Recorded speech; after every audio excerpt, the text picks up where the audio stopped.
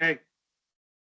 I would like to call the April 21st, 2025 City Council meeting to order at 7 PM. If you'd all rise for pledge of allegiance. States of America, to the republic for which it stands, one nation, under God, indivisible, liberty and justice for all. There. Okay, today, Counselor Jacobs is online. Counselor LaFrenz is excused absence. Everybody else is here. Get a chance to look at tonight's agenda. I'm looking for an approval for motion to approve tonight's agenda. Moved by Counselor Haugen to accept tonight's agenda. Any seconds? Second. Second by Counselor Santiago. Any discussion? All those in favor state by saying aye. Aye. Opposed? Motion carries. Any public comment tonight, Susan, online or? Oh, we've got one filling out right now. I'll read this. This is the place on the agenda where the public is invited to speak to council regarding any matter not on the agenda and not scheduled for a public hearing. Members of the public addressing council are requested to give their name and city of residence. Please try not to repeat questions to allow for more speakers. Speakers are to limit their testimony to 5 minutes, as we are limited to 30 minutes total for public comments. And I do have a timer. Use it. There. Okay. Gonna have her paperwork come up right now. Robin Grabhorn, you would like to come on up and speak good into that microphone. We can hear you, but the microphone is so that it gets recorded and people online can hear you as well. Mr. Mayor, Mayor, I have a quick question. I think it might be a good idea to Yeah. have the open house band. All right, that was the question I was gonna have. I see that we have maybe a band Yeah. presentation. It's not on the agenda. I didn't know if that was part of, I Is that part- think the email said part of, As a public comment, yeah. as a public It's- comment, yeah. Yeah, they will. We'll let Robin go fast. Yeah. Wait. Fine. No, you're fine. You go ahead. Hello, Hello. my name's Robin Grabhorn. I live just outside the Scappoose city limits. But I don't live in the city. I do walk the sidewalks of Scappoose just about every single day of the year. So I'm here tonight to inquire about the sidewalk ordinances within the city. This is my reason for doing so. In late fall, I submitted a sidewalk complaint about the sidewalk on 4th Street going into Chief Concomly Park. The sidewalk's covered in vegetation and is unusable. I never received any notification that my complaint was received and no cleanup was done on the sidewalk. So in late February, I submitted my complaint again. This time I followed up my complaint with an email to the general city email so I would know if my complaint made it here. Susan Reeves responded and said my complaint was forwarded to Code Enforcement McFarland. After that email, whoever owns that commercial lot at 4th and JP West came in and cleaned the lot of vegetation and trees. However, the sidewalk was never cleaned. Noticing this, I emailed Code Enforcement McFarland myself to inquire about getting the sidewalk cleaned up the vegetation so walkers can use the sidewalk. Again, I never received any notification if my email was received. So this morning, along with many days since, I walked the same route and the sidewalk is still covered in vegetation. So I basically just have 3 questions. One, does the city want sidewalks to be clear and usable for pedestrians? 2, if the city does want the sidewalks to be usable, does the city want residents to file complaints, as I did? And 3, is it possible to have someone respond to our complaints so we know that they at least made it to the correct person? That just seems like the respectful thing to do. Perfect. Right. Thank you. Typically, we don't respond here, but we will get you an answer. I've got a couple people here and guarantee you will get a response. Thank you. Okay, That's the thank you. kind of comments we want to hear. I appreciate it. Thank you. But you don't have a piece of paper? Joel, do you want to introduce them or Well, know what we have? yeah, so the brass ensemble we have here this evening performed at this opening of the school board meeting last week. I believe they competed at a state event yesterday. Maybe not.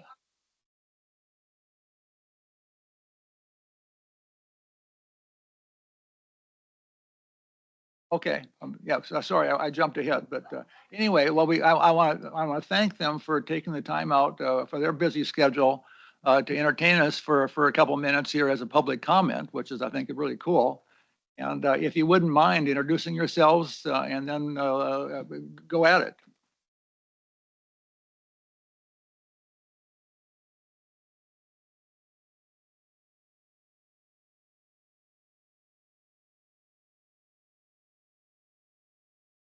Please.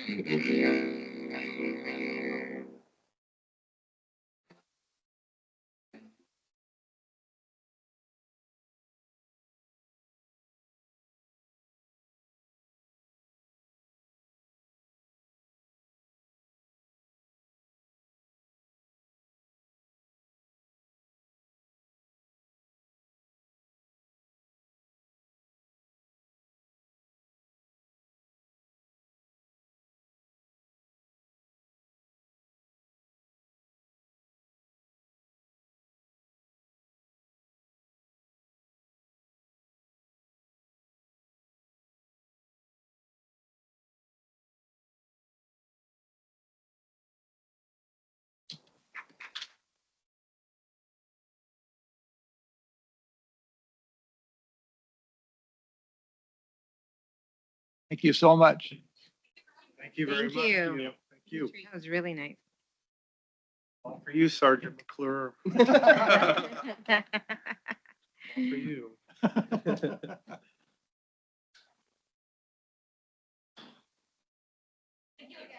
you. Yeah. Thank you. Yeah, right. We wanted another one, but they.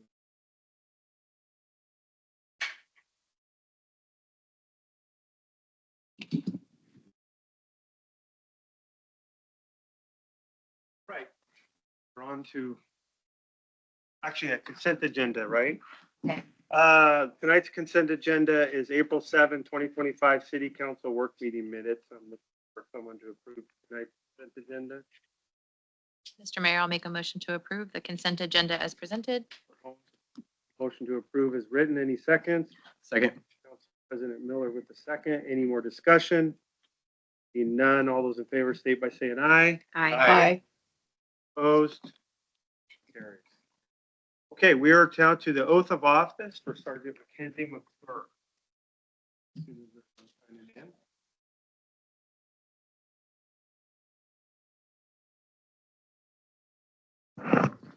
For the swearing in.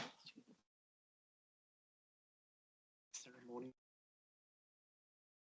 Sergeant McClure wants to come on down.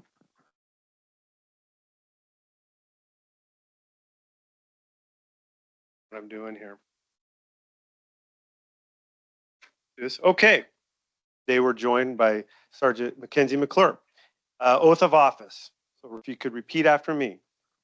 I, please state your full name. Hereby swear on my oath to honestly and faithfully discharge my duties of sergeant for the city of Scappoose, and that I will support the laws, Constitution of the state of Oregon, and of the United States of America, and the charter and ordinances of the city of Scappoose, to the best of my ability, so help me God. Thank you. Hi.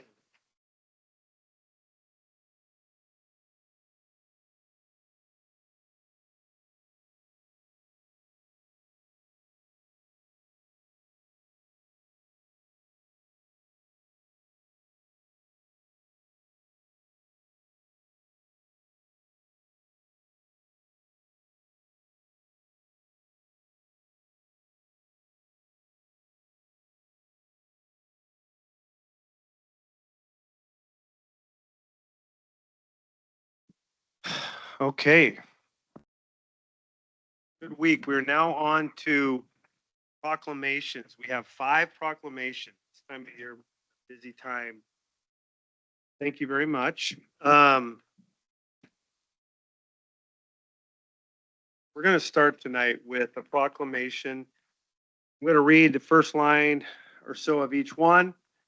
City of Scappoose National Volunteer Week proclamation. Whereas National Volunteer Week has been observed annually since 1974 at all governmental levels and recognizes volunteerism, participation, sharing, and working together to make a difference.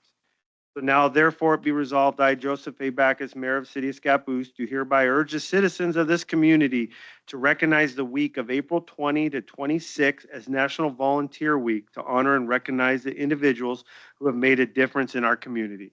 Thank you. And next, National Mental Health Awareness Month. Whereas mental health is an essential part of our overall well-being, impacting individuals, families, and communities across the city of Scappoose and the rest of the world. Therefore, be it proclaimed that May is Mental Health Month of the city of Scappoose. So I encourage all residents of Scappoose to educate themselves and others about mental health conditions, treatment options, and available resources. Challenge stigma by speaking respectfully and inclusively about mental health. Seek help if they are struggling with their mental health, and encourage others to do the same. Support organizations that provide mental health services and advocacy. Create safe and supportive environments for open conversations about mental health. And together we can create a community where everyone feels empowered to prioritize their mental well-being and seek help when needed. There's also Vietnamese Remembrance Day proclamation. Whereas Vietnamese refugees have proudly resided in Scappoose, state of Oregon, since the conclusion of the Vietnam War, April 30th, 1975. So now, therefore, I, Mayor of Scappoose, do proclaim April 30th to be recognized as Vietnamese American Remembrance Day, and I encourage all to join in this observance. It is also National Small Business Month. Whereas the month of May has been designated as National Small Business Month in recognition of the critical contributions of America's entrepreneurs and small business owners.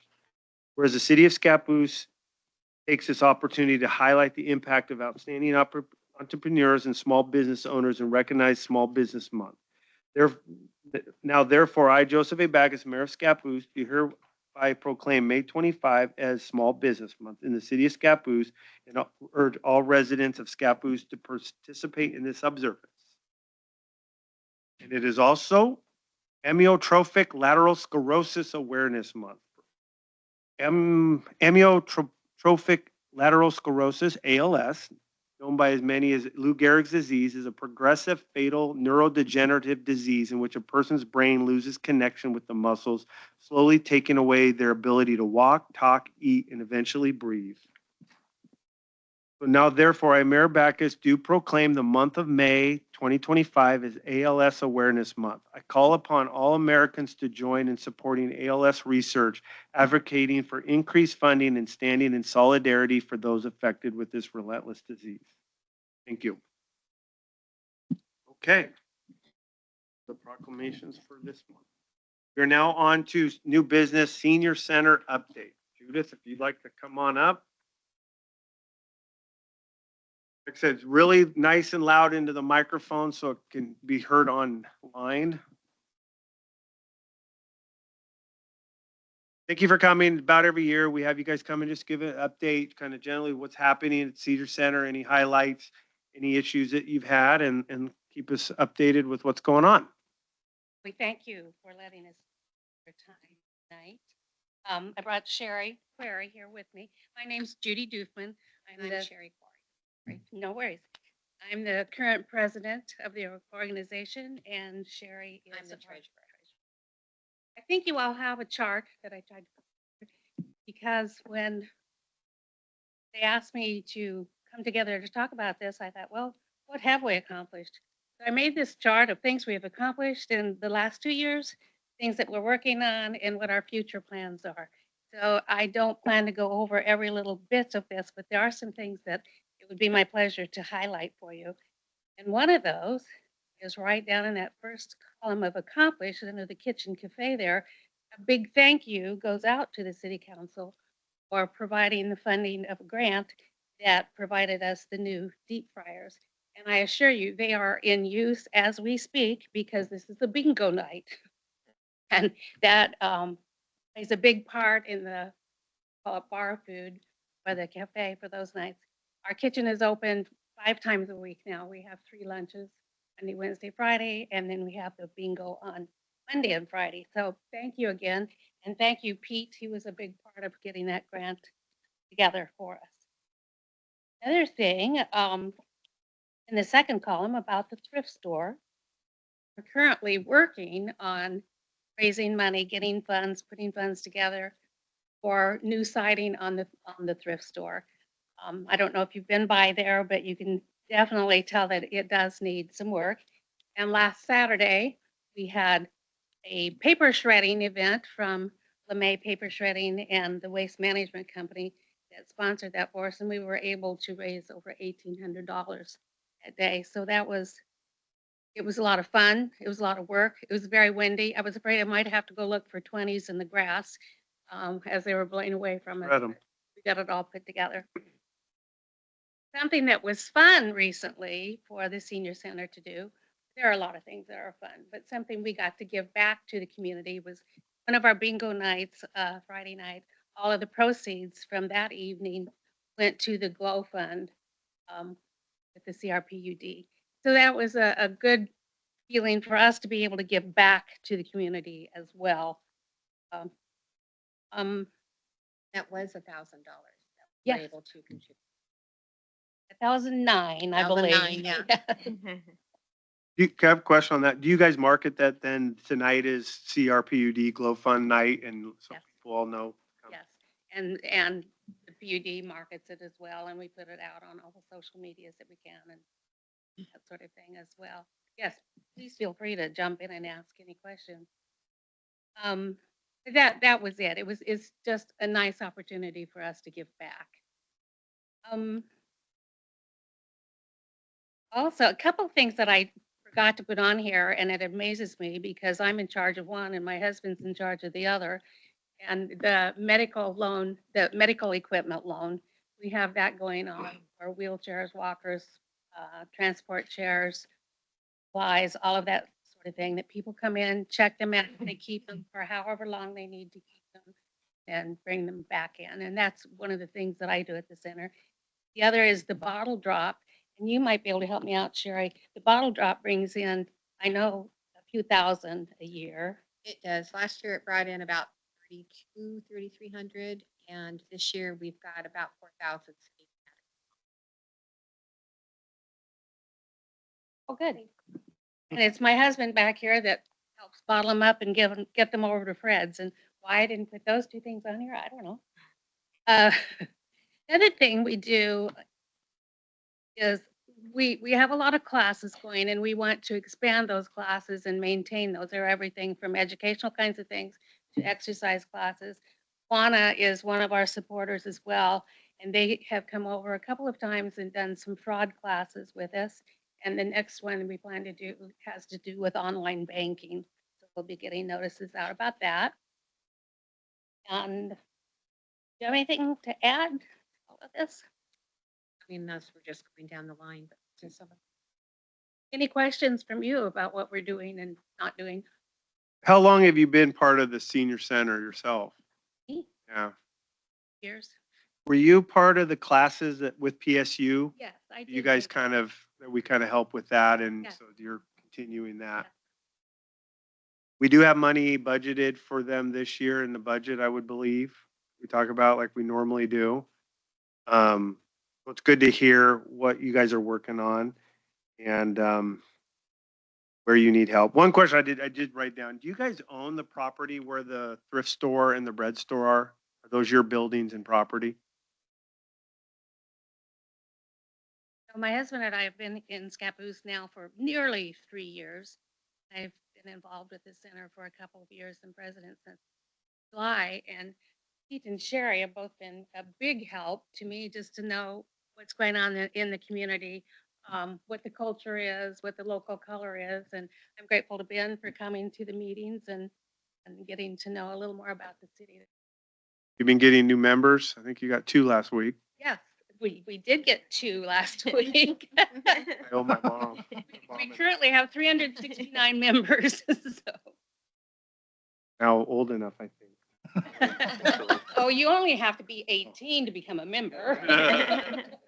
So Counselor take it. Haugen? Judy and company, I think you're doing a marvelous job and, Thank you. and you're a great addition to this, our community. Thank you. One question I do have is that it seems like there's potential for greater utilization of your facility. It's a nice venue. And so what will be the rental rate for like if someone's doing a class or workshop or something? What would be your rental rate for open facilities? Currently, it's 45 an hour. Okay. That might be something that you could advertise that may help on the city website or whatever, the Chamber of Commerce. 'Cause it's a nice setting there, nice and quiet, easy to get to, easy parking. Yes, that is actually on our list of things to do now that we've gone through painting and new siding on the center, getting the roof fixed, getting the floors fixed. We're actually talking about hoping to do a ribbon cutting with the chamber to let folks know that we are there and we are open and showcase the facility for rent Funny and you our should cafe. ask. I just was writing a little Yeah. article to send to you today about rental space to go on our new website. Yes, we're actually working on a website. Yeah. Hopefully within the next month, we'll have it up and running. Great. We'll have links. Not only do we have that larger space, we also have what is currently our conference room that could be set up for our Zoom meetings if needed. We did use it for our city county dinner a month or a couple months ago. It worked out really well. I know that, go ahead, Councilor Santiago. Oh, I didn't want to. No, I couldn't remember.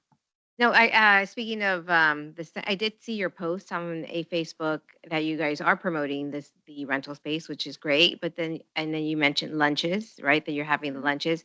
And I just wanted for people to know, and it's, but it says members and non-members are welcome. Yes. So can you and I think there's a pricing as well. There is, members can come for $7 and non-members $8. And it's Monday, Wednesday, Friday at 11:30. 11:30. Okay, great. Thank you. Now, are all your classes only for members or those Oh, for people anybody as can- well? Any classes as well? That's one thing we are talking about too, Scappoose. We're trying to really develop engagement with our citizens and volunteers. So we want to be able to connect with you guys more and market what you guys can do and look for if there's classes, if there's people out there that are passionate about something and they find that your facility is a great opportunity to have that class. We want to be able to bridge that gap and get people involved. So we'll be working closely with you. Well, Moving and as you forward. know, it's all volunteer. I mean, we have 3 paid employees right now? Of cooks and our office manager, and the rest of it is volunteer. And their lunches are really good if you haven't tried them. Was there Friday? Sure. Yes, Councilor President. I just want to say thank you for all your work. I've been on council, I'm in my second term now, and where you were 4 years ago compared to where you are now is quite amazing. And just for context for anybody that watches this later, there was this nice table chart in our packet. Susan, is this online too in the packet? Okay, it's online in the packet too, but it shows what you're accomplished. It says accomplished 23, 25, and then it has multiple bullet points on different things for different categories that the senior center has done or community. You don't go by senior center. Do you go by? Happy senior citizen. Okay, I thought. Got it. And then you also have your current work scope 1 year and future plans 2 years, but just the accomplishments and what you've been able to do in that short amount of time really shows your dedication to, and the Scappoose community will greatly benefit from this. So thank you very much. Thank you. And you said Your help. you did apply for our current CEP program. Yeah. Okay. Okay. Appreciate it. Thank Thank you. you so much. Thank you.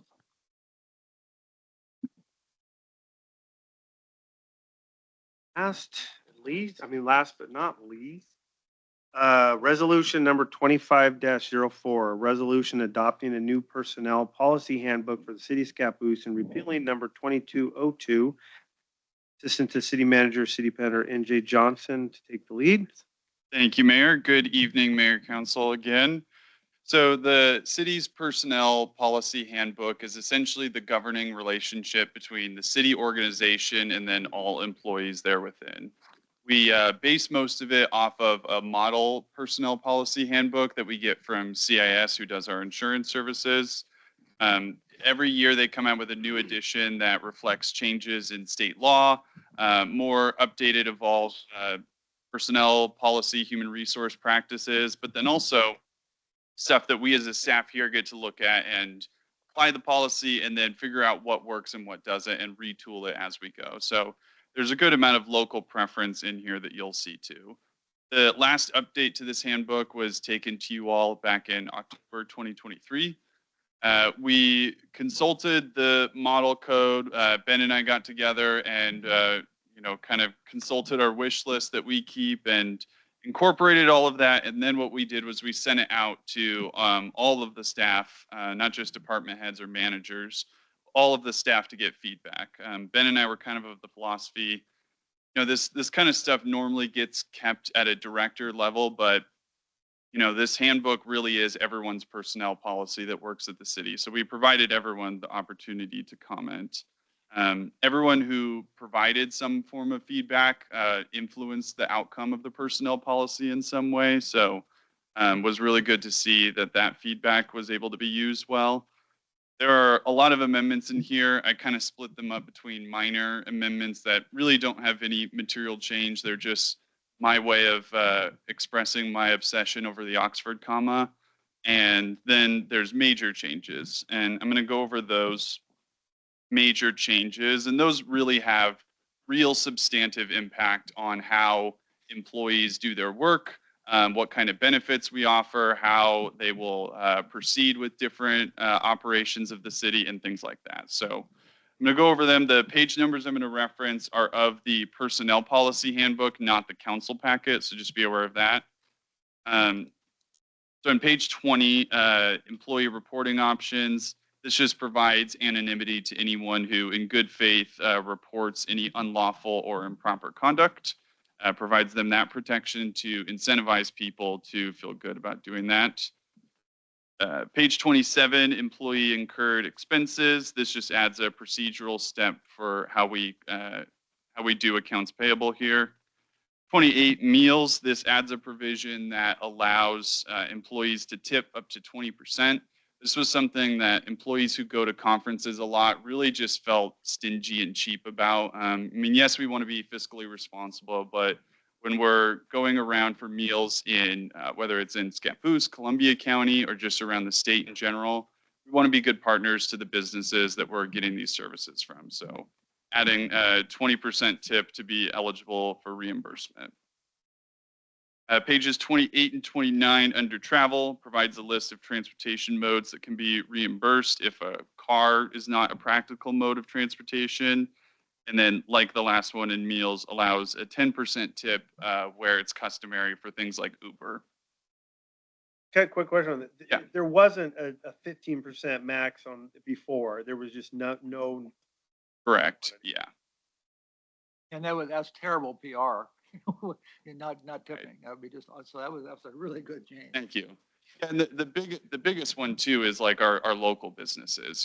Going to Scappoose Bagel for EDC every month, I hated not being able to provide a tip. And so this allows us to show gratitude to even very local employees in that way. Under overnight stays, this one's somewhat of a bigger one. So we established basically a base rate of what hotels and other kind of lodging expenses when employees are traveling that can be reimbursed. So the federal government keeps something called the U.S. General Services Administration daily lodging rates, and you can click on any state in the country, and then even within that, Oregon has, I think it's like 7 or so kind of general areas of Oregon. So it's like Bend, Beaverton, Lincoln City, things like that. And it just gets into, based on the local economy in that region of even the state, what is a acceptable, rate to pay for a reasonable government employee who's doing travel and wants to get this reimbursed. So it takes into account the local economy. It also takes into account the season. So July is a lot more expensive, obviously, than like, say, I don't know, February. So it goes month by month and projects out what a reasonable rate is. And this just kind of takes away any ambiguity of, employees either not knowing what an appropriate amount to, for what kind of rates they should be looking at. So this just keeps it super objective. It gets updated every single month. And it's just something for employees to refer to. This section also adds guidance on when overnight lodging is appropriate to begin. So a lot of conferences, the first day will be at 7 or 8 in the morning. On those instances, Ben and I felt that it is appropriate for them to stay the night before. But if the conference, is kind of a half day on that first day and starts at 1:30 and it's a 1-hour drive away, probably doesn't make sense for them to stay overnight when they could just drive during the workday. Question, Yeah. are those ones that you decide on, like, people can go, we have a budget for these conferences and Right. trainings and stuff, and they all have to be approved? So the way it works for budgeting is every department head for employees that typically go to professional development, things like this, they check in with their employees and ask, hey, how many conferences are you expecting to go where you'll need travel accommodations for? And then that gets taken into account along with the registration of the conference. And so those things are budgeted for, and there's a specific account for professional development training. But to follow up with that, yeah, every time they're going to go to the conference, it's still in a discussion with their manager, and their manager Correct, yeah. approves that. And there is a provision in here. I mean, the GSA is great. I've used this a lot, and then you have other organization I've worked with. And there's a provision that if there are none available at that rate, I mean, they can still get an exception from their supervisor. They just have to show, hey, there's nothing available. So can I make an exception? And it's fine. It's just to help them at least narrow in, so I'm not just doing a bunch of 5-star hotels because they can. And we haven't had an issue with that, but this just gives guidance. Okay, moving on. Page 30, payroll policies, just adds a policy. It's already something we were doing to submit timesheets on the 24th of every month. 34, scheduling pay and carryover. This increases the vacation carryover for year-to-year maximum of 320 hours, which is equivalent to 40 80-hour working days for non-represented full-time employees, and then 160 hours or 20 8-hour working days for non-represented part-time employees. This and the next one with vacation buyback. A lot of people on staff just wanted a little bit more flexibility with their vacation. Every year, some years are not as easy to take 3 weeks of vacation as others, and our really senior staff, they accrue quite a bit of vacation, and so sometimes it's just hard to get away for that much. So increasing the carryover just allows more flexibility, allows people to be adults with their leave, and work with the city that way. Nowhere in there that caps how much, like if they were to leave the city, you have to pay them out for all of it, even if they've carried over the max. Whatever's in their leave at the time. And then similar note, next page, vacation buyback. This eliminates the prerequisite to take a certain amount of vacation time. You used to have to take like 40 consecutive hours of vacation, and a lot of people would like stack it with a holiday and then take 32 hours, and so they weren't eligible by that. And again, this is just kind of the theme of being adults within reason, managing your own time, taking away any kind of like silly caveats of you pair it with a holiday so you don't qualify for it kind of thing. And the vacation buyback would be increased to a maximum of 80 hours. And that also gets budgeted for and has to be requested in advance by the finance department so that they know in the budget to expect to pay that employee out for their vacation time. So yeah, NJ, it might be a typo there, but it says 84, so you might want to have a typo on there. In the document or on the, In the document. Give me 1 sec. Forrest has a line through it. Oh, for a struck. It was 40. Oh, I didn't see the strike, okay. Yeah, that would be what that is. Any questions on the vacation items? Just for my if you take 4 days of vacation and come in and work 10 hours on Friday, is that overtime? no, overtime is only calculated for 40 hours of actual work worked. Yeah. Holidays and vacation don't count towards overtime. Yeah, and we already have policies for that. Yeah, go ahead. Just quickly, are we going to just kind of drive through all of these changes and then come back for discussion? If you have one, we can do it now if you want, while it's fresh, because we're gonna go through a bit of changes. Might be easiest just to do it as we go. Yeah, Okay. You know, we can go back to something too.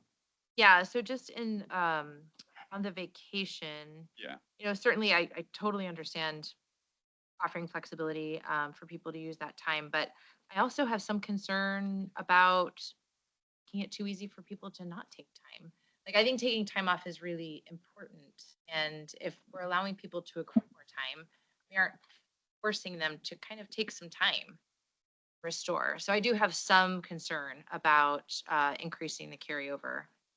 Right, regardless of the carryover increase, the theory, whether that stays the same or that increases, is they still have a reason they have to do it because it's a use it or lose it. So eventually, whether it's at the lower cap or the higher cap, anything they carry over and don't use, they're gonna lose it. So there is still the requirement as these other employees, the more senior employees are gaining a lot more time. They also have a lot more to lose if they don't use it.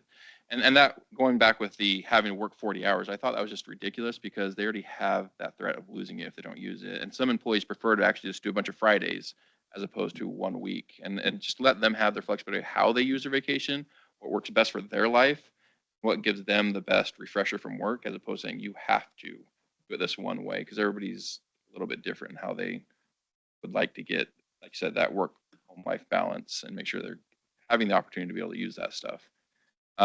Increasing it, neither here nor there on that one. It's just it's kind of a lower threshold than what I've typically seen. I know some cities that go up to a full year. I think that's crazy, but yeah, within that 3 months, 320 hours. How is that? 40 days. 3 days, yeah. Is that 8 weeks? Are you That's- able to that's a good manage one. that? Obviously, you're not gonna let a couple people take, all of a sudden, they wanna take it, but you're like, I already have other people off. You can't take it. Yeah, and that all, there's sort of, and every department is a little different, but you have to request it in advance, especially for anything you can foresee. So if you're going somewhere for 2 weeks, you've likely booked a lot of travel accommodations and lodging in advance, and so you're gonna know pretty quickly and be able to get that time off booked. And if there are other people who are going on vacation and it's going to impact city operations, then the department head is going to have to make a decision at that point. Guess how many people do you think are over 300 hours? Or, nobody's over 248 because that's our number now. Right. There's not very many. Yeah. This is mostly the directors. Our union employees don't have this provision in theirs. So we're really more focused on the directors and their flexibility of how they accrue and how they use them. But yeah, there's a couple currently. Because every employee does stuff different. You have some that use it all the time and they want to keep it low balance, and you have those who just never use it. So how does so this is for non-represented, Correct. so it doesn't impact the police department or critical services. So I do have a couple concerns, and that it goes back to the financials, because during the police union negotiations, excuse me, we increase salary quite a bit. We do not have a general fund that even supports our ongoing costs. So the thing that I'm missing here is what the financial impact is for each of these things, like 34 and 35. So scheduling pay and carryover and vacation buyback. And then, of course, we have to be able to pay those things out if somebody were to leave and they're at their max. So I'm just a little concerned about where we're headed with a sustainable budget. I've got some of those numbers, Counselor. So vacation buyback is the one that would be like a direct cost because you're writing someone a check. There are I think there are 12 employees that this policy would apply to in general. I took a pretty average salary among that group. And if they got 80 hours of vacation buyback, it'd be about $3,000. The other thing to consider too is that not everyone is taking advantage of the vacation buyback. Like Ben said, a lot of employees do use all of the vacation they're allotted. And so this isn't even something on their radar. And right now, the current policy is 40 hours. So Right. it's not 0 to 80. It's 40 So days. I may have misunderstood this. So 34 says increases the vacation carryover maximum to 320 hours. But then, so they can't get paid out for 320 because 35 caps it at 80 hours of, That's correct, yeah. so But- in any case where, I think I know what I'm gonna say, I think goes with what you're gonna say. So in any case where an employee leaves who has, let's say, for example, their max 320 hours, are we only paying for max 80 or, because I thought we have to pay for the full. Pay the whole amount. So that's what I'm concerned about Unless we put it- because, Unless we did a buyout cap. because it, can we do that? Does Oregon have law about that?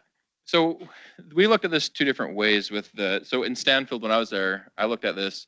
I didn't like the use it or lose it policy just because, once again, I like to let people be adults with what they have, and I had so many varying different things. It does present its own difficulties when people accrue a huge amount because they still have to be contained with how they can use it. But we didn't run into those issues in a larger organization that could run into that. So the whole reason I bring that up is we did put a buyout cap. We said, yeah, you can accrue it indefinitely, but the city will only pay out this amount of hours. And there's no law, as long as it's stated in there and people know what the rules are. As there is in some states and in my employment contracts, it does stay at max so that we can budget appropriately. So, I mean, my concern, I think, another concern kind of goes with what Counselor Holmes was talking about. And we give vacation for, I mean, the reason for vacation is so that people can take vacations, have times off. And if you're not using that, then you're essentially supplementing as your income, and then you're making your hourly or your annual go up. So there's a few different ways of looking at this, but I am more concerned about the fact that we don't have a sustainable general fund to even fund, what we're doing right now, let alone adding more on top of this. So I just think that we need to be very mindful about all these little things that we're adding on top of our. And not ability all these to employees are in the sustain these general things. fund either. Half of them are public works only, so it's a different funding mechanism from there. In fact, only one of them that really holds it is in the general fund, and that's Susan, who has a higher. I don't know, at some Ours doesn't point, have it. then we're gonna have to figure out how we're gonna have a sustainable budget to pay for all these things. Right. No, I don't disagree with that. Either way, there was a recommendation on there of kind of more of what I see out there for employee benefit wise. As you mentioned with the cap, I'm not as concerned about. The 80, the only reason I have that on there is, yes, employees get vacation and they should use it, but not all of them can or do. And some of those are our top performing employees, and then it ends up being a not benefit to them. And they still end up maybe losing some of those, but we want to make it easier so they don't lose or are forced to feel like they're going to use it or take needless vacation that they really should. They're like, I have to take vacation, I'm just going to take it for the sake of doing it. This just helps keep them within their limit a little bit better. And it's not all of them. And everyone said this going from 40 to 80 just gives that extra week, which can make a big difference with their higher accrual rates, stay underneath their cap. And if we put maybe, I don't know, we could get rid of it both. My recommendation would be at least to do because they actually have to accrue enough hours to do the 80-hour buyback. That's not just anybody. You have to have numbers on that. You have to have a certain amount of bank out there in the first place. Yes. I mean, this is a really difficult conversation to have because I want to be able to do this for our employees, but if you look at this holistically in a problem that we're creating, worst case scenarios, we're putting ourselves in a hole where we have to lay people off eventually. Well, as Years down the NJ road. though said, in this situation, those numbers are accurate. He said it would be a $3,000 budget difference. That compared to what we depends have on right what you now. cap these at. 180 hours, at least 180 hours. 3,000 for 80 hours of buyback for an average exempt employee salary. Well, in theory, I mean, there isn't a lot more expense incurred. I mean, they're just allowing to put their vacation off. I mean, it's work, right? They're not getting a more. Right, it's in place of, If someone otherwise they're person not leaves working. for a month, you might have to hire someone to place someone because covering them for a month versus just a week. I mean, I'm just trying to think of the added expense. Well, no, they can already take off. If you're talking about taking time off, they could take, normally it's 2 weeks of time off, but if someone had enough, they could take a third or with approval, depending on their staffing needs. That's separate from this.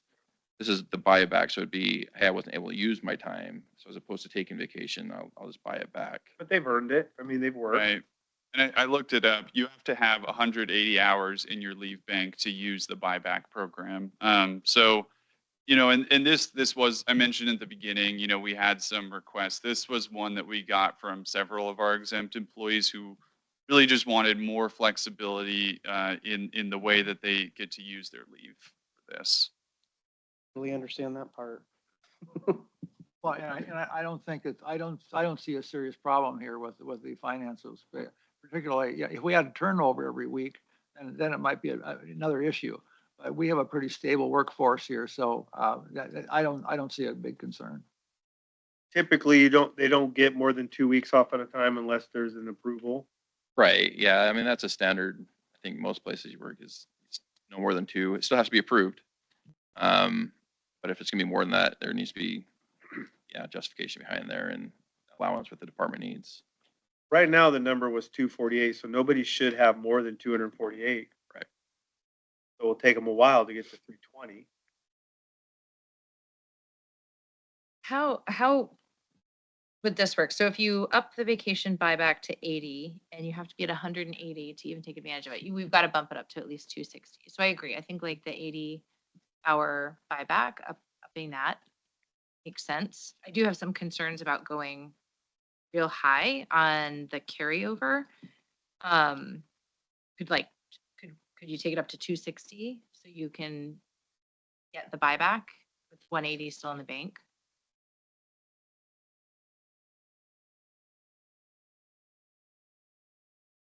Right, so that would get you Right. the ability to have a larger buyback. They have to have 180 in the bank to use it, or Correct. is it, Yeah. 180 you have to have it remaining after you use it? who have at least 180 accrued are eligible for vacation buyback. So that sounds like before. So with 180, you could take it so that you go down to 100. So the cap, I mean, we could keep that down at the 248. Hmm. That one is not as big as I think as big as a concern, because I think that 80-hour buyback will actually alleviate the concerns we had this last year, because there's about a week of extra that we were running into. Counselor Jacobs? Yes, can you hear me? Yes. Excellent. Everything that you're proposing with respect to vacation and buyout is in line with what other companies are doing or have done. So, I don't really have an issue with a lot of this. I do understand, the monetary aspect. But I think what should also be happening is we should be instituting a culture of encouraging people to take time off and creating ways for them to take time off so that this is not a primary focus is doing these buybacks. But if you start cross training, getting people who can enable these higher level people, more tenured individuals to go out, that should really be the goal. And these types of programs should only be leveraged for exceptions than the norm. I agree. And if someone leaves and they're not gonna have many people leave and they have 320 hours from food. I mean, what's our turnover rate at this point? I think it's pretty low. Oh, It is really low, Especially yeah. with people that have been here over. yeah. No, yeah. And this, again, it just kind of comes down to flexibility. Some years are not as easy to take vacation as others. And, you know, we don't want to punish people for, you know, being really, really committed to their work. And, you know, obviously a healthy dose of that, but again, it just, this was something that was requested by several of our exempt staff. This is one I'd listen to if the city manager says I can manage it and I feel confident.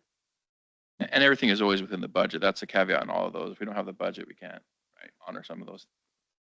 Can I ask, the department heads are obviously part of what their job is to keep track of their staff. Mhm. If they take vacation, and if they haven't, if they see that someone is not taking it for whatever reason, they're busy, kind of encourage it and before you get to the end of the year and then they're like have to take all of this vacation. So that's part of what they're doing, correct? These conversations certainly Right. happen, yeah. Right, because we don't want to get in the situation with the use or lose it, where we have everybody disappear in December. We already have a lot of that happen anyways. Yeah. We don't want the whole staff either be forced through that or have to carry over, because you don't want to lose everybody in December. So it is prudent for us to have those conversations throughout the year and make sure it's being used. We're Exactly. working on stuff to help them, but like Counselor Jacobs said, it'd be great to encourage them to use it, find ways to motivate them to Right. actually use it. 'Cause Yeah. I believe that it's a benefit. to use it. Definitely. Yeah, just because we do have the shortfall with what we bring in versus what we have going out, we have not identified any income source of how we're going to make that up. We are tipping into, the way I understand it so far is that we're dipping into reserves. Those are eventually going to dry up. So when things are brought to us to approve that have a financial component, specifically a recurring financial component, we have to have a recurring way of supporting that. So when I look at these things, I want to know what the financial analysis is. It's not just these little things like, these in of themselves are not a big deal. But when you start stacking on all the other things that we've already approved for, like the police union contract, that is pretty costly, this could really, I instantly think of a city in this county who has a very similar issue right now with where they are having a hard time funding their different departments because they used one-time income to fund recurring expenses and ongoing expenses. It's not a sustainable model. Good.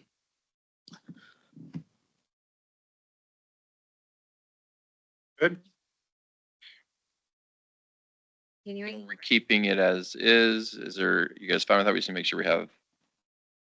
Just wanna, I think it can work if we do encourage, the employees to, take their vacation time.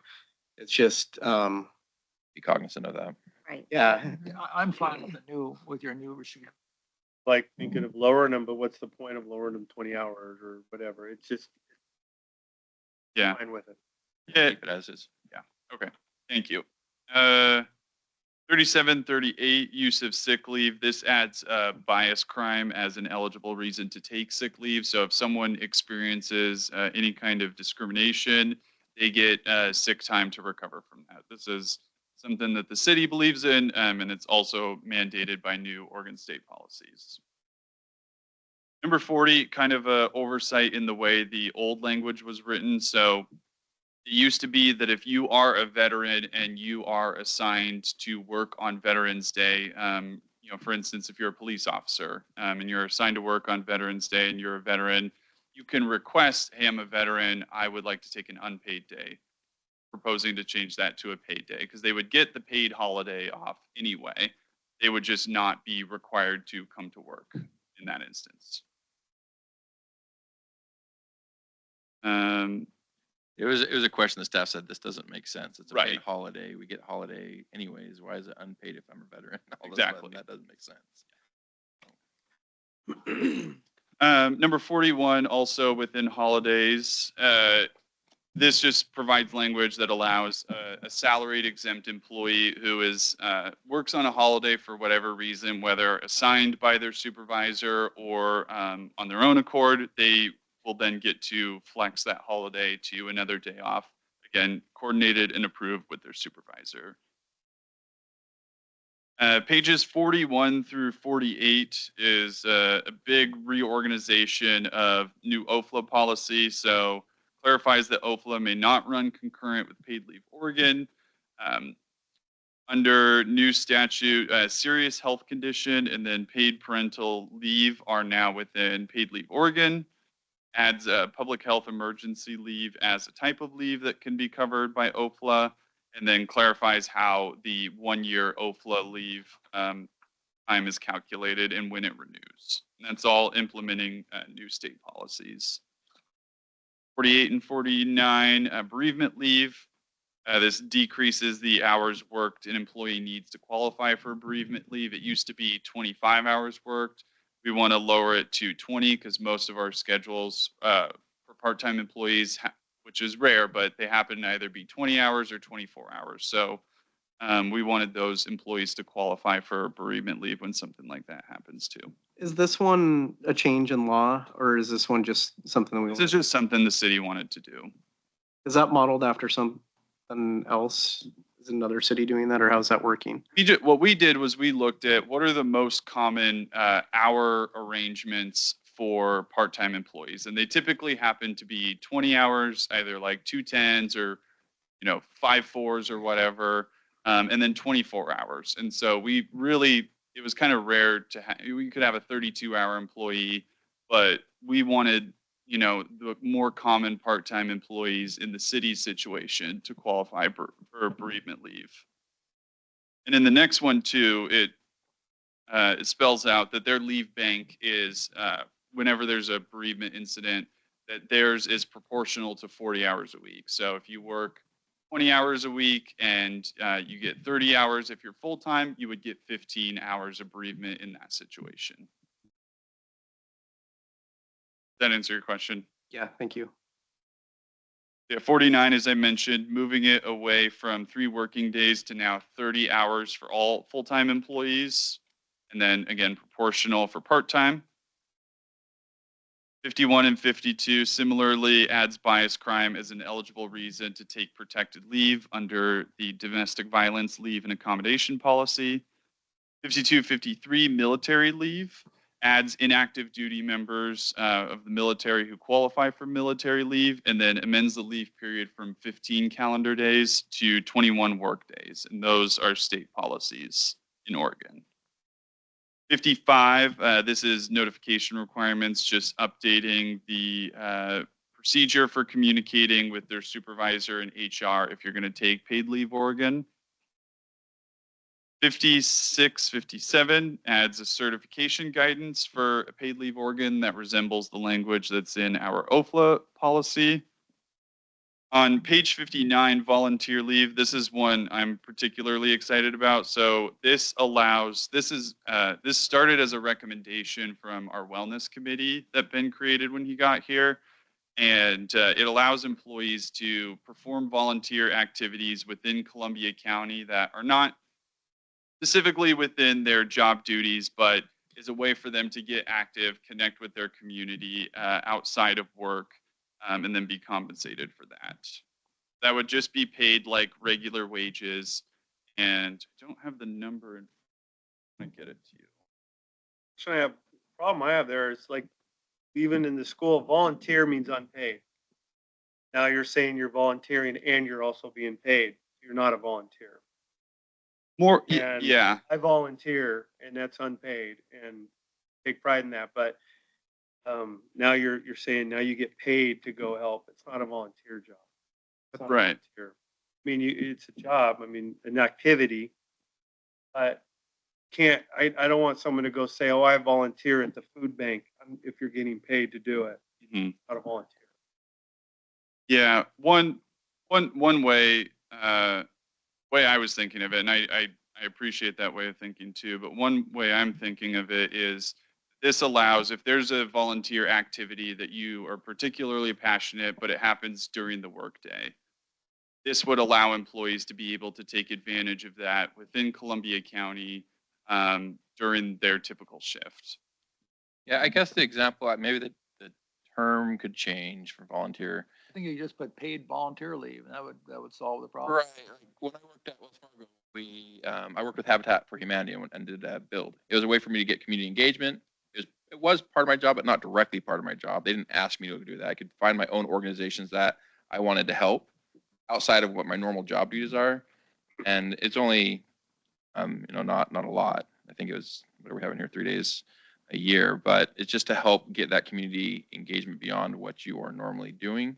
Is there a limit on how many days and what Yeah. activities? Mhm. Okay, maybe that would help because I'm volunteering down at the men's rec league playing basketball. Is it okayed by their manager that it's an actual volunteer? Right. Yeah. Yeah, so it's 24 hours for full-time employees, and then again, it's that proportional thing for part-time Does employees. this hit during the work? Yeah, Ben, Most of it is that's my next question. Is it during your work? I get it. If you're supposed to be here and you're Right. volunteering, that's fine. You're still doing something. But if it's now on the weekend and you're making extra, I would also, I think the optics on this are bad, to be honest with you. I mean, maybe if it was for volunteer activities inside the city of Scappoose and the city limits that benefited our citizens, but using our taxpayer dollars to pay for somebody to go do something somewhere else and call it again, I don't know if you want to change the title of it. Yeah, but to go out to Clatskanie or somewhere that Yeah. really is unrelated or not a benefit to this. I agree. Oh, and I know that like banks do that with their employees or other private or companies do it, but you know, this is for public. We're a public organization, so Or if, I like to, if the managers approve, because it's in your discretion of if it's something that is a good idea, within the county or the city that benefits city in some way, because we're paying you to go do that. But I mean, if they're really wouldn't passionate wouldn't about the it. semantics just do the job here? Just change the title? Just I amend. mean, I drive, I volunteer, Meals on Wheels. Yeah. And it'd be great to be able to still be paid, all that during that 2 hours a day or whatever it is, once a week. I think there needs to be a nexus to Scappoose if this is to stay. And that's perfectly fine. We Yeah. actually tried to figure out what that would be when we had these conversations. We were like, should it just be Scappoose? We didn't want outside of Columbia County. We want to make sure it's benefiting the city. And we did have those conversations. Well, So I just think about like when people list things on their resume, like volunteer, and people think that it holistically means volunteer, not getting paid for it. And this just skews all of that, because you're taking your personal time to go and do something. You're not getting paid to do it. That's somebody who's volunteered thousands and thousands of hours throughout this county and other counties. I just have a hard time with this. Unless you take a vacation day. You can do that. Yeah, I mean, I've had to take vacation days to volunteer several times. But and that's kind of that's the idea behind this. It's incentivizing them to go to engage with the community, whereas normally they would have to take vacations, kind of giving them just kind of like a bereavement leave type thing where it's specific for that, giving them that opportunity so they're not taking it out of their vacation. But yeah, you're right. I mean, even if you took a vacation that you're getting paid to go do your volunteer work. Well, in those situations, if it's inside the city of Scappoose too, I would, hopefully there's opportunities where we can send a few people to just go help. And I don't know how to phrase that, but this one's just a little difficult. Yeah, I'm with Tyler and Joe on this. I think the optics are not great here. So you don't have to appreciably change it, just rework that a little bit. I mean, right now, I mean, if someone says senior center really needed some help, 2 hours doing something, and you authorize them to go do it, you're still paying them for the 2 hours most likely, and that's great. But is that just at your discretion? Well, and how does workers' comp come into play with this too? Like a limit, something within the city or within the school district. I mean, if you're working for a Warren school, doing something, painting or doing something, I don't know, volunteering. Something the city benefits from, and a limit, so you're not doing a lot, and it doesn't take away from your work duties. And, at your discretion. I like that idea of them being able to do stuff during the day. My boss does allow me to go do Meals on Wheels or go do something because he knows it's good for the community, it's good for everything. Lets me do it, still get paid. He's a private It's company. commission, so maybe I don't get paid because I'm not seeing company. Yeah, in private, there's a marketing and advertising PR component to that usually comes back, and there's a nexus there to the company and profit. But here, there's not that sort of correlation. So that's where. Well, other than keeping it within city limits the idea was to communicate with or to collaborate and to establish better relationships as we have up there with goal 1 and some of our additional thoughts was to reach out to our community more, be more present, let them know who's in the city, get that face, and to encourage that we're not just, that we are also trying to help other organizations that are maybe outside their normal.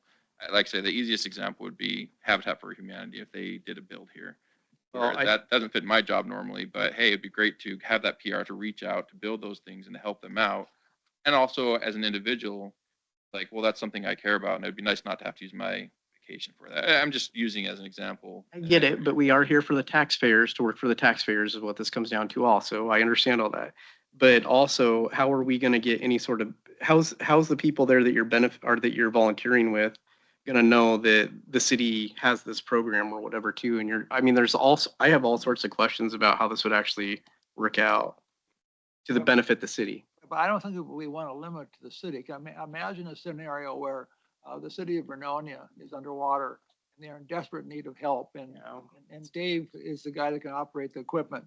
And so to allow that flexibility, right? So I just think, rework that a little bit, and you can fill in all the voids. We would already do that. We would already send people to go help in a situation like that. But County emergency, yeah. yeah, Go to, I see Yeah, I Marissa's see. got her hand. Counselor Jacobs. Yeah, thank you. So I think the intent behind what you're trying to do is you have good intentions with it. Working for private corporations, it's a lot easier to pull these types of programs together. They're typically also more like team building events where teams will go to a specific event and donate, a half a day of time as part of their workday. But to, I think, other counselors' points, given that this is public sector government work, I just think if you could just maybe find other programs that other cities have in place just to rework it and get it a lot more specific. I think there's an opportunity if you were to maybe develop what a volunteer program could look like. Specific, let's say if we just started with the nucleus of Scappoose and what type of volunteer time is available for staff members, and what specific community or groups, organizations within Scappoose that they can sign up and participate for. So I would say maybe just start smaller, put a little more work into it, and I think you can find ground. I just think how it is right now, I think it's going to be too challenging for all of us to align and say yes. Okay. Thank you. I do like how you said the intent is good. I mean, look, we did the CET big program where we went out and interviewed businesses. Lori did, NJ, you go out for an hour each and you interview 3 and you're doing it during the workday. I think that helped our economic development. You're getting out doing search, but it's during your workday. I would not expect you to have to take vacation time. But is that right now just in the policy that you authorize them to be able to go do stuff? Right, with something like that. Basically, we're that's our supporting- job duty, Right. is to support CET and be part of regional economic development initiatives. So what I'm hearing right now is there's a lot of really, really legitimate concerns that we need to think about and probably rework. So I would probably recommend that if a version of this policy handbook gets approved tonight, that it doesn't include volunteer leave, and then we can work it out later of what that would look like. Instead of coming back doing the whole thing, you can just add something. Yeah, because I keep a wish list of things that I am thinking about and want to put more thought into, but don't have time for this particular proposal right now, and so this would just go on that list. Right, I would strike it out The whole tonight. thing over one thing if that's what. So yeah, we can make a note that it can be struck tonight. how many hours did this include? Were you- 24 Yeah, 3 days. for full time and then proportional for part time. Each week. Or just 24 hours over the course of a year. Yeah. No, it's fiscal year. It's a year. Years. Fiscal year, 24 hours. Yeah, I The way also it reads, I think. get into concerns about how we're analyzing our staffing needs too. If we can allocate 3 days to pay somebody to go do something that may not contribute to our city taxpayers' services. Okay. I'll be quiet now. Thank you. Yeah. See, 65, page 65, under personal injury adds the proper procedure. So we've gotten guidance recently from CIS that we need to call. It's called CIS Rapid Care, and there's a phone number for that in the steps. They do all of the required paperwork. I'm pretty sure it's called a Form 801.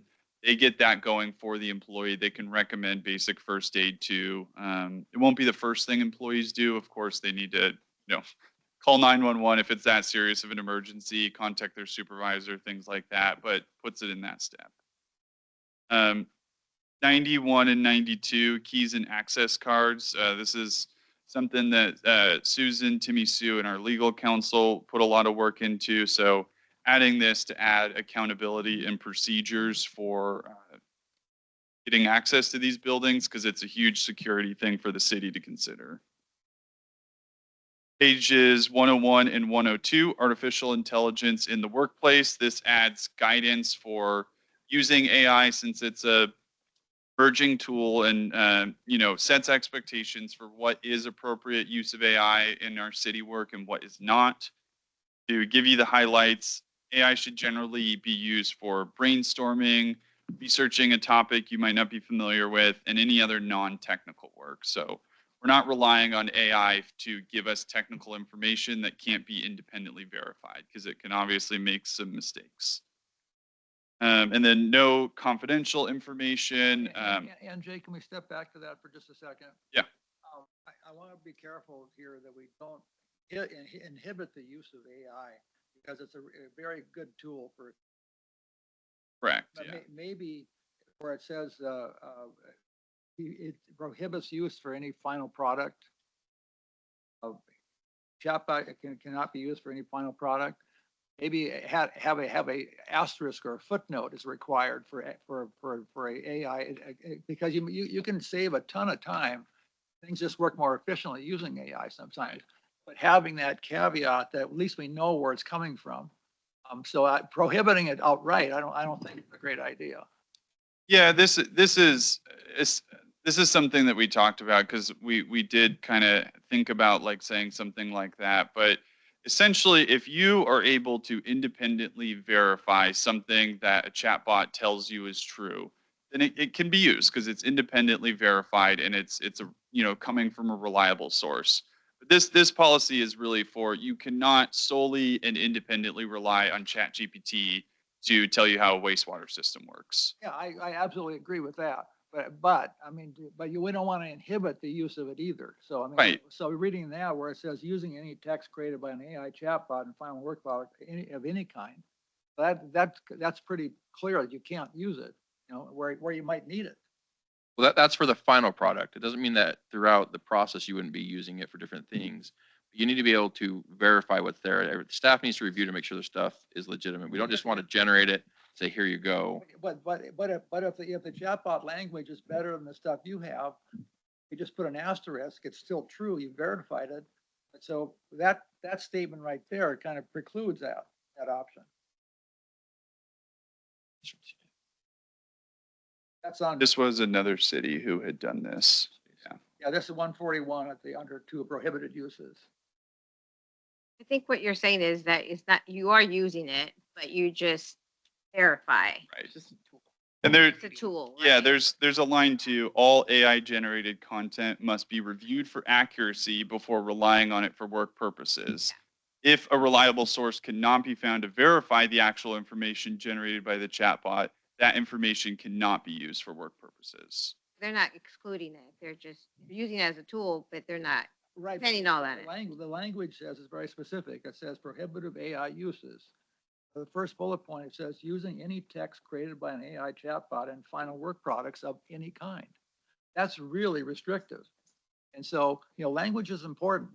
When you're that restrictive, you're limiting, some creative applications, so the verbiage that might come out of an AI is vastly superior what you can recreate. Right. The one caveat I put back on that is you have to be careful, because then you might impose some copyright issues. Right. If the text that it uses comes straight from a copyrighted manual and you didn't know that, and then you copy and paste it, you're going to be, it just puts staff in they probably need to reword it a little bit. I wouldn't feel comfortable putting it exactly as any AI yet has created it as a final product. I think you guys are saying the same thing. It's just wording it slightly differently, really. Yeah, but I think just having a footnote where this came from, I think solves the problem. It's like when you do a dissertation. Citing your You know, sources. you have to Right. your information. Like you said, though, did this come from somewhere else? We shouldn't be creating the wheel, on this, that it's out there. Everybody, many cities are probably using similar AI in the workplace. Right, and Bit. frankly, like I don't think that it's appropriate for an AI bot to be the primary source of any kind of work product. I think you should put like the independent, and I'm not saying you're saying that, but I wouldn't want, a statement to be made and then the footnote that says generated with ChatGPT. Right. Doesn't look I very agree. professional. I agree with that. Well, that's a valid point. Yeah. But it just seems like you're at a bookended where you don't have the flexibility that where it says prohibited AI uses, that's pretty. Where I'd suggest is the flexibility, as this is a policy manual that can be updated, and if we run into issues, we can bring that back, say, it's caused issues, we need to adjust the language here. I don't think it's quite there yet, and I think this sets the parameters first to give us a little bit, be conservative, and then we can branch out if we find that there's anything that's a little more restrictive. But like the LSC conference, they said this is, you can use it to create grant writing or to create a budget. Does this still allow you to do that if we felt that it was the best? Oh, It can build up anything, but you got to be independently verifying every single word. I'm sure we've all seen some of the crazy mistakes it can make. In accuracy, in the grammar can be funky sometimes. It doesn't. It's meant to be. Sometimes it feels like it's meant to be more like social than professional writing. So tone is really important. Right, a great example is the AI that you sent us a month ago, Joel, that had budget numbers that were Yeah. completely off. That's If we would have just taken that as chat and we're like, oh, we're gonna asterisk chat, well, it looks terrible because it was Yeah, way off. That's a great example. Right. But my concern again is just, we don't want to hamstring, staff, and being of fear because of where it says prohibited use, where I can use this resource quite efficiently and effectively. That's my only concern. And So what about this? And I'm going to put this out here on the fly. What about using any text created by an AI chatbot without independent verification in any final work product is under prohibited? that does it. Good with that? Yeah. Yes. like then the one below it, copy. That's why I'm understanding. I'd rather take the conservative approach right now Okay. as AI is new and just keep it. And then I'm fine with what the council wants. I'm just saying I have fears of getting wrong information or having copyrighted information or not. It'd be best to make sure. That's a good point. I just want to make sure that we're taking the conservative side right now, or the that's not the word I'm using for, but just more restrictive, and then we can branch out as this becomes more and more I think that's educated. a good tack because, if this becomes an issue in 6 months where Chris is trying to do something and say, well, God, I can't do it because it's prohibited. And so, yeah, so we'll address it as it comes up. Right. All right. NJ did say verified. So, so that, I guess what we've been saying, the whole thing, Right. NJ just put it beautifully together. So whatever he said would be good. That was fine. That's what we've been saying the whole time. Right. Yeah, and I think we could rest on the language that's in here because it does talk about independent resources and things like that. So I think we can keep what's in there, and then if it becomes an issue, if it's too restrictive and prohibitive, we come back to you in our next update. Good. Getting there. Pages 104 and 105. This for outside employment. If someone at the city has a second job, this just removes the requirement for them to do an annual update. They would just have to do an update whenever the status of that employment changes one way or another. Does that include like the scope and duties of, like, what do you, sorry. Yeah. I don't know if I cut you off. Do Well, you, yeah, do you I think I got it. review, if somebody wants outside employment, do you guys review to make sure that it's appropriate? If there's no conflict with their ability to, while they're in work, provide the services and duties that they need to, and then when they're outside of work, that it doesn't like negatively impact the image of the city, then there's not That's a there's not an yes. approval, but it's allowed if those things are true. So you put it on them to determine if those things are true or not? No, I mean, it's up to the supervisor. So you can call it an approval, but essentially it does put it on the employee to report it. And you have Let's say to, if yeah, there are changes, so any change. Well, I know, but if that doesn't do anything, if they don't report things in the beginning, so we are making sure that there's not a conflict, whether it be casting a negative image on the city or whatever, so. Right, that paragraph says the city of Scappoose requires employees to report outside employment to their supervisor, so it has to be reported originally. Okay, so the change in status, my only request here would be that also if anything like duties or what they're doing changes, because that could all of a sudden change the approval too. Status or scope of work, I'm sorry, say that again? status or scope of work, using the word scope to cover that, or? Yeah, I would think so, yeah. do you mean if there's secondary employment? Right, he's just saying if you already got the job approval, but they Right. then changed their job. Or you need We're to doing tell it. them the word change, it says that providing an update when changes occur, you can need to changes, you promote any change. That job. Yeah, we could put in changes and, I don't know, keep it changes general. It doesn't say generally changes, it doesn't really admit what those changes are. All It could be changes. status, it could be scope of work, it could be anything, yeah, any change. Any change? Yeah. Yeah, it says any changes in outside employment occurs. Like if you're at the bartender at the lodge and now you go to cleaning up tables as well. Yeah, I mean, it happens in the police It's profession all the targeted. time, unfortunately. Somebody becomes a stripper or a, OnlyFans model and then it's a problem. So I'm sorry, but that's just the fact that's real. Right. there's things out there that we probably want to know about. Well, you just want to make sure there's not a conflict of interest and confidentiality is not being compromised. Yes, Correct. that of course. Sure, that's where I was going. but I was going somewhere else. Right, so the policy already It's, has all those, the only change We here got is. the common ones. Right, yeah, we already had that policy here, the only change here is just saying it doesn't have to be annually re-reported, it's just if there are any changes, opposed to an annual report. Yeah. Trying to remember that and follow up on that in the supervisors. We would rather know before the news knows. Yeah. Yes, I think Oh, and yeah, if it's not reported, there will be consequences, obviously. Go ahead, Kim. No, I think if we could define changes or provide example of changes, I think that would be, offer good guidance. It does taken out annual basis, it could mean right away. If a change happens, they should notify us of a change. immediately, yep. Yep.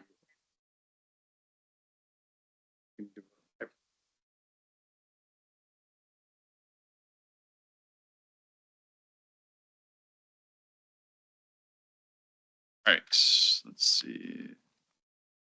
Pages 111 and 112, education assistance. Just a procedural cleanup here requires that the request be made during the same fiscal year that you received the grade for that class and that the course was taken.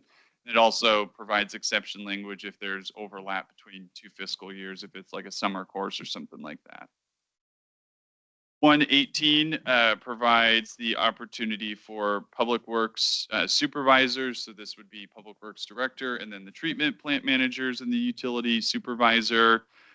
If they work in the field as part of their required job, they would be given essentially the same benefits for field clothing and the clothing allowance. So boots, high vis vests, things like that the union employees who work in the field get right now. So this would equate those things for public works supervisors who have to do this as part of their job. And in practice, they were already doing that, right? This is just notating what we were doing. Correct, yeah. I ask a clarifying question on that. So if it relates to things that they need to do their job, I would have thought that we were already doing that. We weren't? No, in practice, this is already being done. This is just writing down what we've been doing. Okay. Yeah, yeah. Yeah, there was a misunderstanding of how it was written compared to what we were doing, so we wanted to clear it up. Got it. Thank you. Okay. 119 implements a state statute that prohibits secret recordings. It provides exemptions for any time that privacy is not expected, like a meeting like this, for example. And then our last amendment on pages 119 to 120, it provides procedures for any complaints about an employee, but from a member of the public. So that kind of thing. We have procedures already for complaints where it's an employee and an employee, But this should be handled a little bit differently because, you know, that person is not already under contract and an employment agreement with the city. I'd like to add in, and it was mentioned today, excuse me, mentioned today, and I don't see that. So for example, it says here they could carry out aid and segment. So it says something like, I missed it. So if they do put in a complaint, Yeah. I think that there should be a little bit more in detail, like if they submitted a complaint, they receive a confirmation. Did they receive a confirmation of receipt of a complaint within 24 hours? I'd like to see a little bit more of a timeline here. And is this, you're going to try to address the issue within 30, 60 days? I'd like to see something like that. more. Right. The only reason that's not in there is I'm still working on some of that, number one. But number two, this is the personnel manual. So this is just more to direct what they're doing. That the rest of the process is an internal process, not necessarily needed for personnel policies for them to clearly have those. That would be on the complaint form. We can lay out those expectations, and I will be coming. SOP? Is this a part of their SOP? Huh? Is that part of an SOP to receive a complaint? Right. So this is just helping if an employee understands where it needs to go, and then that when it comes at this point, the city manager will follow that SOP. Will have that laid out separately through that process, but that's not really a personnel manual type thing. This is just for the employees to understand that. But yeah, when we get to that process, we'll either have it laid out on the complaint form, or let them know and give it as an add-on to that. Hey, here's what to expect and who's going to be updated, et cetera, depending where it's at. It's hard to also place that down because every situation is a little bit different depending on who it got reported to, what the situation is. So it'd be pretty detailed, but like I say, that's an internal process compared to the personnel policy. Right. Right. No, I agree. We want to Some have. kind of like Yeah. communication that just make sure that, we don't feel like they're ignored. Because I've, several emails that we've gotten, they're like, nobody's gotten back to me. And for them, it's just confirmation. Did you get it? Are you, And are you, sometimes, yeah, are sometimes you just talking about like intake, like just acknowledging? it's their intake? acknowledging, yeah. Yeah, like when I submit something, a complaint, sometimes I get an automatic email saying we received your Right. email. And that's, okay. I know that they got it. And that, it does a lot for me. And then moving forward, I follow up, but it's good to have the other person follow up with them as well. And we can be sure to, that's really good feedback. So we can be sure to put those kind of specifics on like the application form, or whatever kind of intake it is. But I think in terms of the policy, like we've been saying, it's, they're not under an employment agreement with the city. They didn't sign and acknowledge this employment relationship. And so there's sort of a ceiling of how specific we can be with like 30 days and stuff like that in the policy, but we can do that stuff on the form because that is part of the public facing element. Policy does say informing the complainant or city official, the city manager's resolution. So that will say they have to inform the complainant that there's been a resolution. But on the form, it'll be more direct of when did you receive it? Perfect. The one question is, are we considered a volunteer? So if I get a complaint about an employee or a situation, do I would ask them, would you like to file that complaint, make it official? Right. Because just saying complain to me is an official complaint.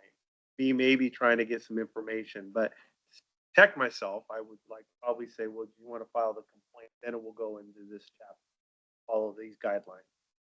Right. Yeah. Just like we recently went through in December, if it goes to the council and it is official, that should come to me as the operational head of the city to work through that process. If it's just a question, I mean, you don't have to like pass it. Like, oh, I had a question, I have to solve this. But if it's really an official complaint or there's an issue with an employee, then we should let that go through the process of That investigation. says official complaint. So if it's just calling me to complain about something, Yeah. and it's not official yet until it's. I even put a line in here. This section, official complaint is not meant to include general frustrations or annoyances about city personnel.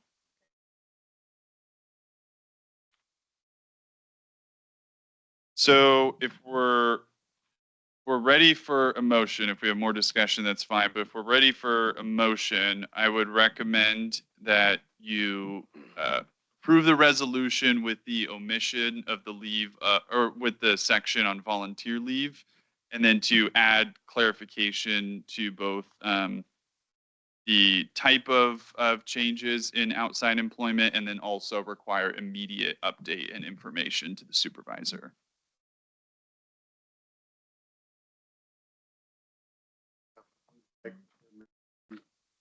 There to vote. Before we do that, any more questions? Any other items that you would want to look at changing first? Striking for now, or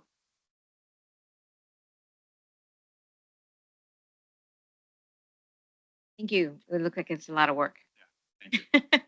Yeah, and hopefully this will be shorter in the future. If we do this every single year, it should be shorter. This is a 2-year combination, or Right, three? right. It's 2-year 1.5, yeah. Also, Isaac had done a lot of these, so he had to go back and revet a lot of that, and made it a little bit more time intensive for. well, he's MJ, so- asking for us to review final review and entertain a motion to accept, or is anybody at that position yet? Striking 59. Well, The I one can on move going to approve with all of the updates and changes that NJ mentioned. Do I have to be specific? Well, keep in mind, there's the minor changes that are throughout the actual policy too, so There's a lot of We little wanna red make- minors. these are only the Red bigger, minors. so we want to make sure that everybody's reviewed those too. So has everybody reviewed it? Is that what? Tried to read most of it. I just want to make sure we're clear on what we're approving. NJ deemed these as the most important, the big ones, and now it's up to us to decide for any others. Does anyone want more time? Again, we can adjust, anytime if you do go through it, we can change things if needed. Right. Yeah, this is a living document. It's as of whenever it's approved, and we can. I think with all the work they put in, I'm willing to listen. So do I have a motion to adopt resolution 25-04, resolution adopting new personnel policy handbook for the city of Scappoose, repealing resolution number 2202, as presented, striking number 59 at this time, Striking volunteer leave. Volunteer leave. Page 59, yeah. page 59. Mr. Mayor, Adding all of these other Counselor Haugen. changes? I move the council adopt resolution 25-04, resolution adopting a new personnel policy handbook for the city of Scappoose, repealing resolution number 22-02 as struck and amended.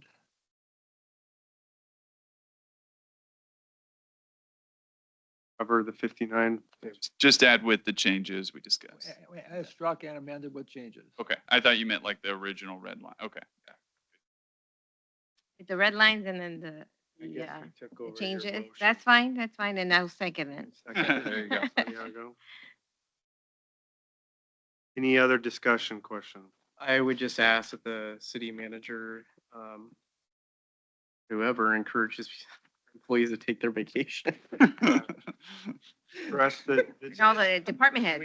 it's mental Yeah, health department month. head, It's mental health month. I think vacation can really help. Right. Really recommend strive for Wait, there's card keys, right? Can we just lock them out if they're Yeah. working too much? And that. yeah, Does this you- mean I have to policy. sign for my key now? Sign something? At a new for request that my I have to take key? vacation. I haven't done one yet. Seeing more discussion, all those in favor state by saying aye. I, Opposed? Carries. Thank you very much, NJ. Thank you. Potentially effective April 21st. Does this go into effect now or in 30 days? The resolution. Resolution Right away. upon passage. Okay, thank you. And I would keep our eye on any of the any financial changes this may occur, so we can kind of look for the course of maybe the next year to see if it affected financially much more anticipated. Moving on. Got 20 minutes. I think we're at the calendar. We are on April 21, so Earth Day event, April 26th, spring cleanup event. May, farmer's market, every Saturday, 9 to 2. Starting May 3rd, council work session, 6 PM, May 5th, followed by city council meeting, 7 PM, Cinco de Mayo. Thursday, EDC, May 15th at noon. Council work session, 6 PM, followed by council meeting at 7 PM on May 19th. There is a 50-year plan stakeholder advisory committee scheduled for May 20th. May 26th, offices will be closed in observance of Memorial Day. That's all I have. City Manager Ben Bergner, any update? Mr. Mayor, don't we have some budget meetings in there? I've got them here. I'll, as part of my update, Oh. I'll mention those. I didn't want to steal his thunder. Thank you, So Mr. May, Mayor. I appreciate it. man, A couple of other updates to the calendar. The city county dinner, April 29th. For all those who have signed up, a reminder for that. The small cities, Councilor Santiago mentioned this earlier, is on April 25th. In Seaside, the League of Oregon Cities Spring Conference is May 1st and 2nd. That's next week. And as mentioned earlier, the budget committee meeting is coming up. May 12th is the first meeting for that. 13th as an over. Second meeting, and then there's some others assigned if needed. Other updates. We did get our large community block grant, or large local government, the grant that you can apply for up to $1 million. We did that for the grab horn. We got that in at the end of last month, and we're working this month to get our small local government pool grant done as well. That can go up to 100,000. With that one, we are looking at trying to get some ADA equipment for the Veterans Park. So working on that. We Luma Vista still working. We would talk about that last time. Still working with the county on this one. They have postponed a meeting till May. Their public works director is out until May. So the next couple of weeks, we won't have a meeting with that one to meet yet. So still working on that. I did have an opportunity to meet with the county about Crown Z Trail. They're doing some signage and other improvements. Had a great meeting with them. They just kind of updated me what they did with the parks committee before and what they're proposing to the city. They will be planning to come to one of our meetings pretty soon to present that to the council to get some final direction of what look and feel and what type of signs you would be interested in working with for that. So we're excited to get that addition to the Crown Z Trail. Senior Center, you just heard from them today. Earth Day, just as a reminder, I will be there as well to help out the council. The booth, we did get a booth for the council. We ordered, thank you for the recommendation, Councilor Miller, to get, or President Miller. We got a lot of swag that we can give out that has our logo on there, but we do have a tent for you as well that actually is branded with the, here you go. We got some swag up there.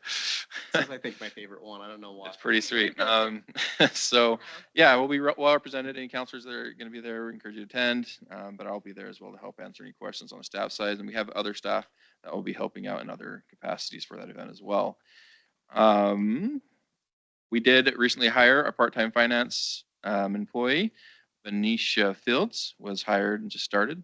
We're excited to have her. She's working, say, part-time to help with some of those additional duties. Like we had NJ come over for some of Isaac's jobs, and then we have just taking the other half on the administrative side. We're pretty excited to have her. And that is all I have. She already started, right? Yeah, she just started this last week. Last week. very much. Chief Llewellyn. Yes, good evening, Mayor and also Council. Once again, congratulations to Sergeant McClure. We are really lucky to have her. She brings a lot of different specialties to the department, and leadership will definitely be a welcome addition to the Scapa Police Department. That being said, we are still hiring a lot of people. Our second sergeant should be starting, I believe, May 2nd. Has worked through the process there well, and I still have many people going through the hiring process. So we get our department up to its 12-man staffing that we're budgeted for. Some upcoming trainings we just did finish recently. Myself and our evidence custodian went down to Salem. We did some evidence training for our evidence room. often forgotten, like with the police department, but it's a very, very crucial part for the city to make sure that we have that under control and liability reasons too as well. So it was really good training went to. One of our officers recently completed a 40-hour course, made him certified negotiator, used throughout the county if need be. Bringing more details here and more skill sets here within our police department. Continue to grow.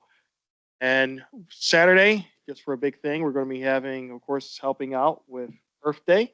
Hopefully our new grill will be here shortly because other ones seen some wear and tear. I replace that too as well. And also we got invite to assist with traffic control for the Little League Parade. I'll be starting at 10 o'clock at Veterans Park. So we have officers there too as well. So, and that being said, that's pretty much all I have right now. I know we're rolling close to 9 o'clock, but I'll gladly answer any questions and I have from the council. Thank you. Good. Very much. I'll have some stuff from our report. Good. Counselor Haugen. Well, first, I need to know where Marissa's calling in from. Fire hasn't moved. Alps. It's a fake background. AI generated. So. Yeah. Well, a quick comment. I attended my first school board meeting as the liaison, and it was a good meeting. And I heads up that the school districts across the nation are going to be impacted probably by the new administration, whether there's a Department of Education or not. But it doesn't look pretty. So we should have kind of a heads up as a city partner, how we're going to be able to help because they're going to be hammered more than likely. So anyway, that's just kind of a heads up. And then I did mention earlier that they seem to be game for the school council. And I think that represents a marvelous opportunity on all fronts in terms of community engagement and just getting the enthusiasm and involvement of the community. So I'm excited to see that come to fruition, and hopefully it will. But probably launch in the fall. And so anybody that wants to help with that would be great. Thank you. Counselor Jacob. I have nothing at this time. Thank you. Counselor Holm. Yeah, I would wish everyone a happy Earth Day tomorrow. Tomorrow is officially Earth Day, and I just want to recognize all the hard work that the city staff and community volunteers like JJ and the library have put into bringing this event to the community year after year. It really is, I think, a highlight of kind of kicking off our season of events. So I hope everyone enjoys the event on Saturday. Santiago. Just want to also mention again, Scappoose Senior Center having lunch from 11:30 to 1 on Mondays, Wednesdays, and Fridays. If you're a member, $7 and $8 for non-members. And Councilor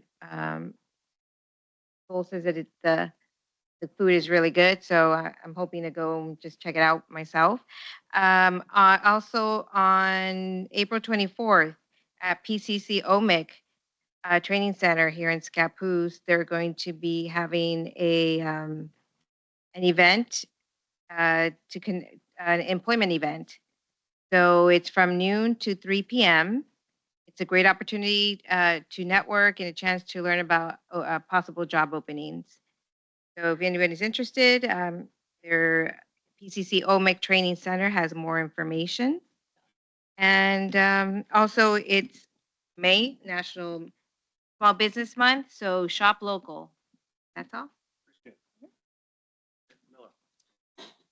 Thank you, Mayor. I have not been able to attend all of the recent county commissioner meetings due to conflicts with other meetings, but one thing that I do want to point out that I think is just really important, especially in context of the jail levy and the claims that the general fund has more money to be able to fund the jail.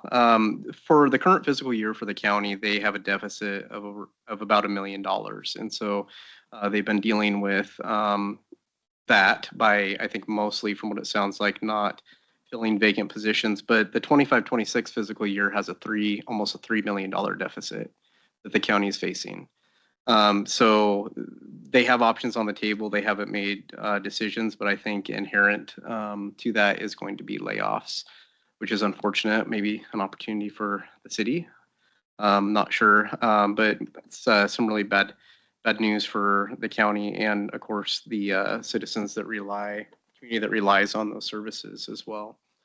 In regards to Robin Grabhorn's public comment this evening, I hope that we can figure out a way as a city to make sure that no concerns, whether they're complaints or accommodations or whatever, slip through the cracks. I think that all of our community members deserve acknowledgement of at least that their submission has been received. And this kind of goes back, I think, a little bit to what Jeanette was talking about earlier too, is we do need to have follow-up. It is extremely unprofessional not to have follow-up with our community, whether it be, I mean, the professional thing to do is send a letter on letterhead signed by somebody to make them feel like they were heard and that their complaint is taken seriously. So I don't know what needs to happen with our policies or SOP, but I do ask that we do address this so that it doesn't happen again. Thank you. Thank you. Real quickly, yes, the senior center did have lunch there last week. It was great, and they are looking for new members. Signed up. How much is membership $25 for one, $35 for two. So it's for the easy for year? mom to come and sign you up. For the year? Pay for it. Forever? Just like Weimar. Yeah, if you have your card, they don't let you in. Don't quote him. Um, Don't quote him, but. Yes, Earth Day, Saturday's gonna be great. We're gonna have what I'm really looking forward to is our new volunteers, stakeholders. We're trying to get people volunteers, sign up. We're gonna have lists. Real excited about the direction we're going on there, getting a lot more community members involved in things throughout the city and through other organizations. So we'll kick it off there with some sign up. So looking forward to that. And then the Little League Parade and Little League Day is also there as well over at Veterans Park. Starting at 10 o'clock, so I'll be there as well. I did make it to the Columbia County meeting last week with CET because they were doing their big presentation of what they've done. We'll probably see them shortly within the next couple of months, showing all the businesses, everything that they've done and what they can do to help us and where our money goes to them. So appreciate that. And seeing nothing else, Susan, do you have anything to add? All right, meeting adjourned.